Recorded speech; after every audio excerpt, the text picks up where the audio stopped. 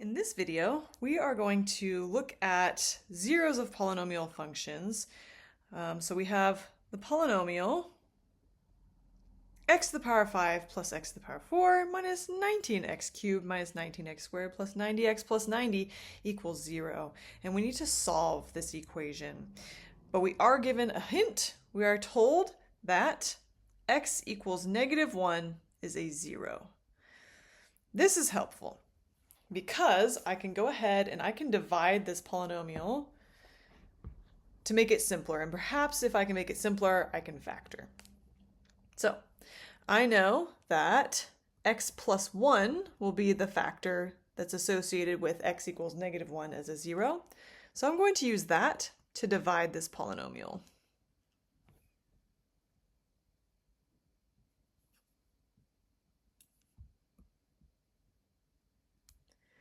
All right, so I'm going to set it up. I'm not missing any x terms, so I don't need to use any zeros to fill things in. And let's get started.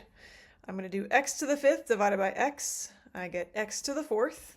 I'm going to go ahead and multiply x to the 4th by x plus 1. I get x to the 5th plus x to the 4th. Okay, that's great. When I subtract these terms, I end up with 0. So I'm going to drop down my next term, minus 19x cubed, and I'm going to go ahead and divide 19x cubed by x. That is minus 19x squared. I'll go ahead and multiply negative 19x squared with x plus 1. I get negative 19x cubed minus 19x squared. Time to subtract, so I'm going to drop down my minus 19x squared. Subtract, I end up with 0. So I'm going to drop down my next term, the 90x, and I'm going to divide 90x by x. Okay, that would be 90. Okay, 90 times x plus 1 is 90x plus 90. When I subtract 90x plus 90 from 90x plus 90, I get 0. So this is great, because now I have a more simple polynomial to deal with. I have x to the 4th minus 19x squared plus 90. And luckily, I know how to factor this.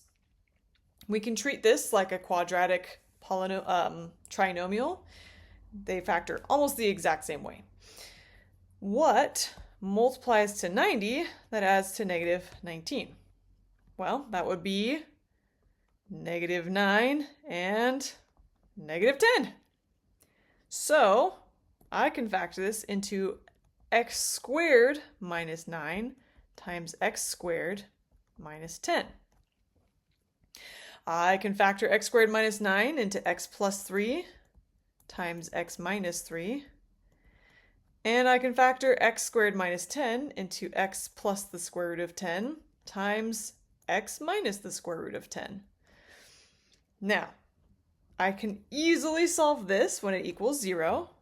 I'll have plus or minus 3, as well as plus or minus the square root of 10. But don't forget that we were given one of the solutions in the beginning. We also have -1. So we have 5 solutions, which makes sense because our degree is 5. And so we should have 5 zeros, or 5 solutions. All right, let's practice another one. Okay, we have another polynomial function, and we're given an x-intercept, which is the same thing as a 0. The factor associated with this would be x minus 1. So I'm going to take x minus 1, and I'm going to divide my polynomial. 9x to the 5th minus 9x to the 4th minus 53x cubed plus 53x squared minus 6x plus 6. All right, let's begin. I'll do 9x to the 5th divided by x, which is 9x to the 4th. I'm going to multiply 9x to the 4th by x minus 1. I get 9x to the 5th minus 9x to the 4th. Okay, I'll subtract both my terms. I have 0. So I'll go ahead and drop down the minus 53x cubed, and I'll divide that instead. Negative 53x cubed divided by x is minus 53x squared. I'll multiply negative 53x squared with x minus 1. I get negative 53x cubed plus 53x squared. I'll go ahead and bring down my plus 53x squared so that I can subtract both of my terms. And I'm left with 0. Okay, I'll bring down my next term, which is minus 6x, and divide that. Okay, negative 6x divided by x is minus 6. All right, I'm going to go ahead and multiply negative 6 by x minus 1. I'll get minus 6x plus 6. For my subtraction, I'll bring down the other plus 6, change my signs to subtract, and I have a remainder of 0. So now I have 9x to the 4th minus 53x squared minus 6. Now I'm still going to factor this just like I did before, but I am going to have to use the grouping method because my leading coefficient is 9.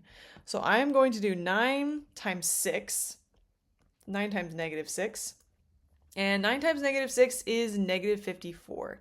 So now all I need to do is figure out what multiplies to negative 54 that adds to negative 53. Well, that would be negative 54 and positive 1. So I'll rewrite this as 9x to the 4th minus 54x squared plus 1x squared minus 6. Now remember, we rewrote this polynomial so that we could group it for our factoring. What can I pull out of the first group, and then what can I pull out of the second group? So for my first group, there is a 9 that I can pull out from each of these terms, as well as an x squared. So I have 9x squared, and I'll be left with x squared minus 6. Okay. Out of the next group, I can pull out a 1 because that's all they have in common. That's the only thing I can divide by. And I'm left with x squared minus 6. Remember, the outside terms go together. 9x squared plus 1. And the inside terms show up one time. Okay, I can factor these as the sum of squares and the difference of squares. I'll have 3x plus I, 3x minus I,